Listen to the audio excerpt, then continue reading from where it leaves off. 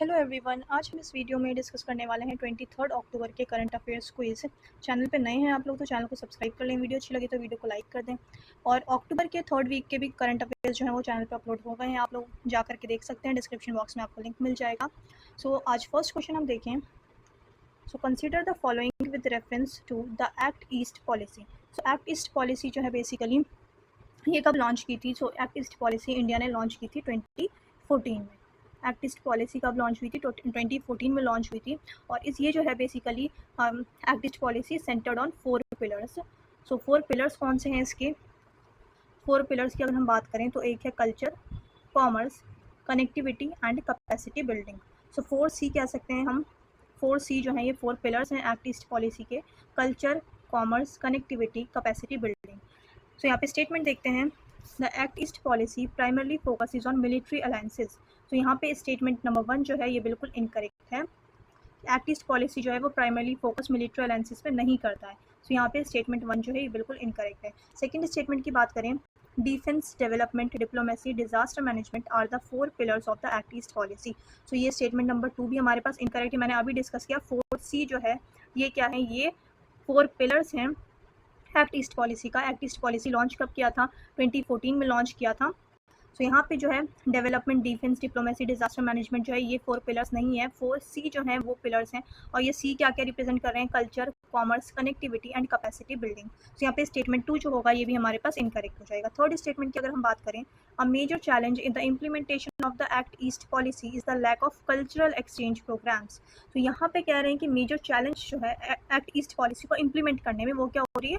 Cultural exchange programmes की कमी। तो ये तो हो ही नहीं सकता क्योंकि इसके पिलर में ही जब है कल्चर, तो ऐसा कैसे हो सकता है कि ये इस कल्चरल प्रोग्राम्स पे फोकस ना करें। सो यहाँ पे स्टेटमेंट नंबर 3 जो है ये इनकरेक्ट होगा। और बेसिकली अगर हम देखें कि चैलेंजेस क्या हैं इसके, तो चैलेंजेस की अगर हम बात करते हैं इम्प्लीमेंटेशन में क्या ज़्यादा चैलेंजेस है, तो पॉलिटिकल एंड इकोनॉमिक फैक्टर्स जो है, political factor and economic factor जो है ये ज़्यादा मेजर रीज़न है कि इम्प्लीमेंटेशन ठीक से नहीं कर पा रहे। मेजर चैलेंज जो है वो पॉलिटिकल एंड इकोनॉमिक फैक्टर है, ना कि कल्चरल एक्सचेंजेस। तो यहाँ पे स्टेटमेंट नंबर 3 भी जो क्या हो जाएगा हमारे पास इनकरेक्ट। फोर्थ स्टेटमेंट की अगर हम बात करें, Golden Quadrilateral initiative aims to enhance connectivity between India and South East Asia through this policy. तो यहाँ पे स्टेटमेंट नंबर 4 जो है ये भी इनकरेक्ट है। गोल्डन क्वाड्रिलेटरल इनिशिएटिव नहीं है ये कौन सा इनिशिएटिव है? Myanmar Thailand trilateral highway. So ये इनिशिएटिव कौन सा है? म्यांमार थाईलैंड ट्राइलेटरल हाईवे जो है ये बेसिकली इसका क्या एम है? एनहांस करना connectivity between India and South East Asia, ना कि गोल्डन क्वाड्रिलेटरल। सो जो इनिशिएटिव है वो है म्यांमार थाईलैंड ट्राइलेटरल हाईवे। यहाँ पे हमसे पूछ रहे थे कि करेक्ट कितने हैं, तो यहाँ पे कोई भी करेक्ट स्टेटमेंट नहीं है हमारे पास। तो जो आंसर होगा वो होगा none of the above. The right answer is option number D, none of the above. The next question है, अच्छा और यहाँ पे एक और चीज़ कि एक्ट ईस्ट पॉलिसी की हमने बात की। एक्ट ईस्ट पॉलिसी जो है ये 2014 में लॉन्च हुआ है। और ये बेसिकली एक्ट ईस्ट पॉलिसी जो है इससे पहले भी एक साउथ ईस्ट एशिया से कनेक्शन बिल्ड करने के लिए इंडिया ने लॉन्च किया था। वो कौन सा वो था इनिशिएटिव? वो था look east policy. Look east policy की अगर बात करें तो लुक ईस्ट पॉलिसी ये 1991 में जो है ये लॉन्च किया गया था, स्टार्ट किया गया था लुक ईस्ट पॉलिसी 1991। एंड अगर हम बात करें एक्ट ईस्ट पॉलिसी है 2014। The next question is, which of the following statements are correct in respect of Dandakaranya. सो डंडा करान्या ये बेसिकली क्या है? अगर हम इसकी बात करें, यहाँ पे हमसे करेक्ट पूछा है तो डंडा करान्या जो है ये यहाँ पे कह रहे हैं has been since centuries associated with the industrial mining. तो डंडा करान्या जो है ये इंडस्ट्रियल माइनिंग से रिलेटेड नहीं है, ये बेसिकली माओइस्ट इंसर्जेंसी से रिलेटेड है, Maoist insurgency and significant tribal communities. So यहाँ पे माओइस्ट इंसर्जेंसी होगा, ना कि इंडस्ट्रियल माइनिंग। सो यहाँ पे स्टेटमेंट नंबर 1 इनकरेक्ट है। सेकेंड स्टेटमेंट की अगर हम बात करें, Dandakaranya includes parts of Chhattisgarh, Odisha, Telangana, Andhra Pradesh and Maharashtra. तो ये स्टेटमेंट नंबर 2 जो है ये बिल्कुल करेक्ट है। डंडा करान्या में कौन कौन से पार्ट्स आते हैं? छत्तीसगढ़ का part, Odisha, Telangana, Andhra Pradesh and Maharashtra. 5 states जो हैं ये पार्ट हैं किसके? डंडा करान्या के। छत्तीसगढ़, ओडिशा, तेलंगाना, आंध्र प्रदेश एंड महाराष्ट्र। तो स्टेटमेंट नंबर 2 जो है हमारे पास बिल्कुल करेक्ट है। थर्ड स्टेटमेंट की अगर हम बात करें, Dandakaranya is known for its significant population of tribal communities. So ये मैंने आपको क्वेश्चन के स्टार्टिंग में ही बताया था कि tribal communities and Maoist insurgency से रिलेटेड है। सो स्टेटमेंट नंबर 3 भी हमारे पास करेक्ट होगा। सेकेंड एंड 2 एंड 3 जो है बिल्कुल करेक्ट है। तो ऑप्शन जो होगा हमारे पास वो होगा 2 and 3। Option number B is the right answer. 2 and 3 is the right answer. The next question is,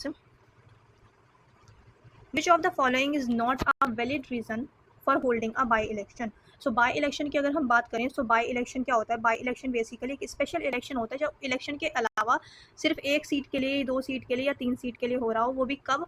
जब वो सीट्स वेकेंट हैं। अगर कोई सीट वेकेंट है तो उसके लिए जो इलेक्शन होता है, बाद में अलग से कोई इलेक्शन होता है सिर्फ 1-2 सीट के लिए, 3 सीट के लिए। वो पूरी लोकसभा या पूरी लेजिस्लेटिव असेंबली के लिए इलेक्शन नहीं होता by election. By election basically vacant seats के लिए होता है। और वेकेंट सीट्स जो हैं वो वेकेंट कैसे हो सकती हैं? या तो एमपी या एमएलए की डेथ हो गई हो, या फिर उन्होंने रिज़ाइन कर दिया हो, या फिर एक रीज़न हो सकता है कि उन्हें डिस्क्वालीफाई कर दिया गया हो under anti defection law. 10th schedule के अंडर उन्हें डिस्क्वालीफाई कर दिया हो सिटिंग मेंबर को। तो यहाँ पे जो 3 रीज़न हो सकते हैं कि सीट वेकेंट क्यों है, डेथ की वजह से, रिजाइनेशन की वजह से, या फिर डिस्क्वालिफिकेशन की वजह से। तो यहाँ पे पूछ रहे हैं कि नॉट अ वैलिड रीज़न के ऑप्शन में जो है वैलिड रीज़न जो है इनमें से कौन सा नहीं है बाई इलेक्शन के लिए। तो यहाँ पे हम ऑप्शंस देखते हैं। Resignation of an elected representative, so ये तो रीज़न है एक, तो ये हमारा आंसर नहीं होगा।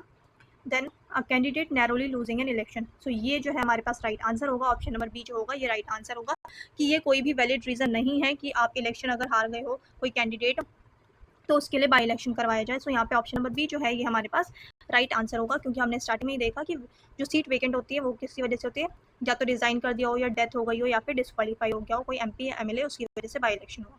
बट ये जो है कोई भी वैलिड रीज़न नहीं है बाई इलेक्शन के लिए, और यहाँ पे हमसे नॉट अ वैलिड रीज़न पूछा था। सो ऑप्शन नंबर बी जो होगा यहाँ पे हमारे पास बिल्कुल करेक्ट आंसर होगा। The next question is, consider the following with reference to the countries that are included as the new members of the BRICS. So BRICS जो है हम काफ़ी दिनों से डिस्कस कर रहे हैं करंट अफेयर्स में। मैंने आपके साथ दो हफ्तों से जो है हम लोग ये डिस्कस कर रहे हैं, लास्ट 2 वीक से। तो यहाँ पे ब्रिक्स की अगर बात करें तो अभी ब्रिक्स समिट हुई है रशिया में। रशिया के कौन से शहर में हुई है? कजान शहर में। ये मैंने आपके साथ डिस्कस किया था। कजान शहर में रशिया में है कजान। तो इस शहर में रशिया के कजान शहर में ब्रिक्स समिट हुई है। सो यहाँ पे जो है बेसिकली पूछ रहे हैं कि ब्रिक्स के न्यू मेंबर्स कौन से हैं। सो ब्रिक्स के न्यू मेंबर्स की अगर हम बात करें, सो ब्रिक्स के न्यू मेंबर्स की अगर हम बात करते हैं तो कौन कौन सी कंट्री है? Egypt, Ethiopia, Iran and UAE. So 4 countries हैं, Egypt, Ethiopia, Iran and UAE. तो ऑप्शन में जो है इन चारों कंट्रीज़ में से कोई भी कंट्रीज़ नहीं है, तो यहाँ पे आंसर जो होगा वो होगा none of the above. New member countries कौन कौन सी है ब्रिक्स की, ये आपको जहन में होना चाहिए। Egypt, Ethiopia, Iran and UAE. So यहाँ पे ना तो सूडान है, ना सऊदी अरेबिया, ना अल्जीरिया है, ना ही इराक है। ईरान है, इथोपिया है, इजिप्ट है एंड यूनाइटेड अरब एमिरेट्स है। सो यहाँ पे जो राइट आंसर होगा, हमसे करेक्ट पूछ रहा है, इसका आंसर होगा none of the above. The right answer is none of the above. Option number D is the right answer. The next question is, consider the following with reference to the international monetary fund. So IMF से related यहाँ पे statement है। So first है यहाँ पे, the function of IMF is to facilitate international trade and ensure exchange rate stability. So यहाँ पे हमसे करेक्ट पूछ रहे हैं। सो स्टेटमेंट नंबर 1 जो है ये बिल्कुल करेक्ट है। जो प्राइमरी फंक्शन होता है IMF का वो क्या करना होता है? फैसिलिटेट करना इंटरनेशनल ट्रेड को एंड एंश्योर करना एक्सचेंज रेट की में स्टेबिलिटी को। सो यहाँ पे स्टेटमेंट नंबर 1 बिल्कुल करेक्ट है। सेकेंड स्टेटमेंट की अगर हम बात करें, the headquarter of the IMF is located in New York. So IMF का जो हेडक्वार्टर है वो कहाँ है? वो है वॉशिंगटन DC में, ना कि न्यूयॉर्क में। सो यहाँ पे स्टेटमेंट नंबर 2 जो है हमारे पास इनकरेक्ट होगा, बिकॉज न्यूयॉर्क में हेडक्वार्टर नहीं है। हेडक्वार्टर जो है IMF का वो है वॉशिंगटन DC में। Then statement number 3, as of 2024 there are a total number of 185 member countries. So IMF की अगर हम बात करते हैं तो IMF में टोटल मेंबर कंट्रीज़ अगर हम 2024 की बात करें तो कितने मेंबर कंट्रीज़ हैं? 189। सो 189 मेंबर कंट्रीज है, ना कि 185। सो यहाँ पे स्टेटमेंट नंबर 2 एंड 3 दोनों ही हमारे पास इनकरेक्ट है, बिकॉज हेडक्वार्टर है हमारा वॉशिंगटन DC में, और 2024 तक अगर हम देखें तो मेंबर जो है IMF के वो है 189, ना कि 185। सो यहाँ पे दोनों ही स्टेटमेंट गलत है। फोर्थ स्टेटमेंट अगर हम देखें, the US holds the largest voting share in the IMF। सो यहाँ पे स्टेटमेंट नंबर 4 बिल्कुल करेक्ट है। US जो है सबसे ज़्यादा वोटिंग शेयर जो है IMF में वो होल्ड करता है। सो यहाँ पे हमसे करेक्ट पूछा है तो 1 एंड 4 जो हमारे पास राइट आंसर है, यानी कि 2 ही हमारे पास स्टेटमेंट जो है वो बिल्कुल करेक्ट है। तो option number B is the right answer, only 2। The next question is, consider the following global conventions related to environment. So यहाँ पे जो है नीचे एनवायरनमेंट जो कन्वेंशन हुई हैं वो दिए हुई हैं। और यहाँ पे क्वेश्चन क्या है हमारे पास, how many of the above convention came out of Rio Earth summit 1992। So Rio Earth summit 1992 के कन्वेंशन पूछ रहे हैं हमसे। तो यहाँ पे अगर हम कन्वेंशन देखें, सो फर्स्ट कन्वेंशन है Vienna convention for the protection of the ozone layer. Vienna convention for the protection, Vienna convention basically है किस चीज़ के लिए, ओजोन लेयर के लिए। और वियना कन्वेंशन की अगर हम बात करें, सो वियना कन्वेंशन ये जो है 1985 का कन्वेंशन है, 1985। और यहाँ पे हमसे पूछ रहे हैं रियो अर्थ समिट 1992। तो ये हमारे पास फर्स्ट जो है ये रियो अर्थ समिट का पार्ट नहीं होगा, ये कन्वेंशन रियो अर्थ समिट का पार्ट नहीं है, बिकॉज ये 1985 का कन्वेंशन है। और बाकी कन्वेंशन अगर हम देखें, convention on biological diversity, so ये है रियो अर्थ समिट का। United Nations convention to combat desertification, ये भी है। United Nations framework convention on climate change, so ये भी है। तो 2, 3, 4 जो होगा हमारे पास राइट आंसर होगा। वियना कन्वेंशन 1985 में हुआ था, ना कि 1992 में। सो रियो अर्थ समिट 1992 से रिलेटेड कन्वेंशन कौन से, convention on biological diversity, United Nations convention to combat desertification and United Nations framework convention on climate change. तो यहाँ पे जो है हमारे पास राइट आंसर होगा वो होगा only 3। So option number C जो है हमारे पास ये करेक्ट ऑप्शन है। और एक और चीज़, इन तीनों कन्वेंशंस को, जो ये 3 कन्वेंशंस हैं, इन्हें 3 सिस्टर कन्वेंशंस भी कहा जाता है, 3 सिस्टर कन्वेंशन भी कहा जाता है। रियो कन्वेंशन को 3 सिस्टर कन्वेंशन कहा जाता है, बाद में इसको चेंज करके क्या कर दिया गया, द रियो कन्वेंशंस। तो यहाँ पे आंसर जो होगा वो होगा only 3। The next question is the 30/30 target is associated with.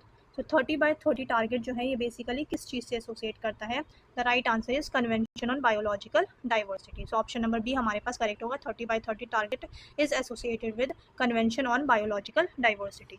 The next question is consider the following statements regarding diammonium phosphate. So diammonium phosphate से रिलेटेड यहाँ पे स्टेटमेंट है। सो स्टेटमेंट नंबर 1 की अगर हम बात करें, so it is a water soluble fertiliser required at the time of sowing. तो यहाँ पे स्टेटमेंट नंबर 1 बिल्कुल करेक्ट है कि ये बेसिकली होता क्या है, डैप ये एक वाटर सॉल्यूबल फर्टिलाइजर है जिसकी ज़रूरत होती है सोइंग के टाइम पे। तो यहाँ पे स्टेटमेंट नंबर 1 बिल्कुल करेक्ट है। Then second statement, it contains more than 50% phosphorus nutrient needed at early growth stage of root establishment and development. अगर हम यहाँ पार्ट 2 की बात करें, सो ये जो है यहाँ से यहाँ तक बिल्कुल करेक्ट स्टेटमेंट है।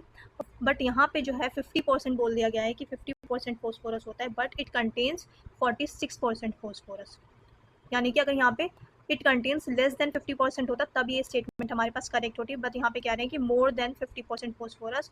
तो यहाँ पे स्टेटमेंट 2 जो हमारे पास इनकरेक्ट हो जाएगी, बिकॉज इसमें 46% फोस्फोरस होता है जो कि ज़रूरत होती है जिसकी early growth stage of root establishment. जब रूट एस्टैब्लिश हो जाती है तो उसके अर्ली ग्रोथ स्टेज पे इसकी ज़रूरत होती है, डेवलपमेंट के लिए ज़रूरत होती है। तो यहाँ पे 46% फोस्फोरस होता है, ना कि मोर देन 50%। सो यहाँ पे स्टेटमेंट 2 जो है हमारे पास बिल्कुल इनकरेक्ट है। सो यहाँ पे जो राइट आंसर होगा वो होगा only 1 is the right answer. Option number A is the right answer.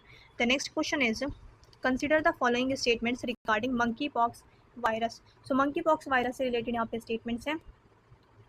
So statement number 1 है there are 2 major types of monkey pox virus variants. So यहाँ पे स्टेटमेंट 1 बिल्कुल करेक्ट है। मंकी पॉक्स वायरस वेरिएंट जो है basically 2 types के होते हैं, 2 मेजर टाइप होते हैं इसका, क्लेड 1 एंड क्लेड 2।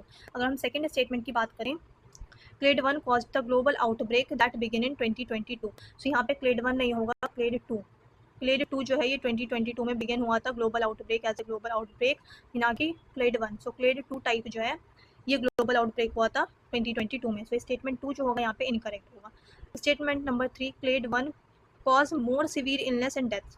यहाँ पे स्टेटमेंट नंबर 3 बिल्कुल करेक्ट है। क्लेड 1 जो है मंकी पॉक्स का ये बहुत ज़्यादा सिवियर इलनेस है, इससे डेथ भी हो जाती है लोगों की। तो ये थर्ड स्टेटमेंट में हमारे पास करेक्ट है। Infections from clade 2 monkey pox are less severe. So यहाँ पे स्टेटमेंट नंबर 4 भी बिल्कुल करेक्ट है। क्लेड 2 जो है मंकी पॉक्स का ये लेस सिवियर है, क्लेड 1 जो है वो मोर सिवियर इलनेस है और जिसकी वजह से डेथ भी हो जाती है। सो यहाँ पे स्टेटमेंट नंबर 1, 3 एंड 4 हमारे पास करेक्ट स्टेटमेंट्स हैं। यहाँ पे हमसे करेक्ट पूछा था, राइट आंसर होगा only 3 statements are correct. Option number C is the right answer. The next question is consider the following cities in news. तो ये सिटीज़ जो है ये न्यूज़ में हैं और यहाँ पे पूछा गया है लोकेशंस।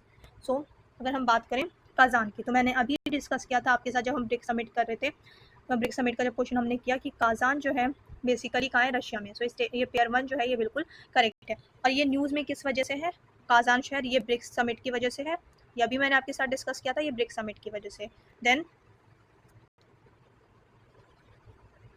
देन हम बात करते हैं कैली की। तो कैली जो है, कैली शहर कहाँ है, ये कैली सिटी जो है ये कहाँ है, ये है कोलंबिया में। कैली सिटी कहाँ है, कैली सिटी जो है ये है कोलंबिया में।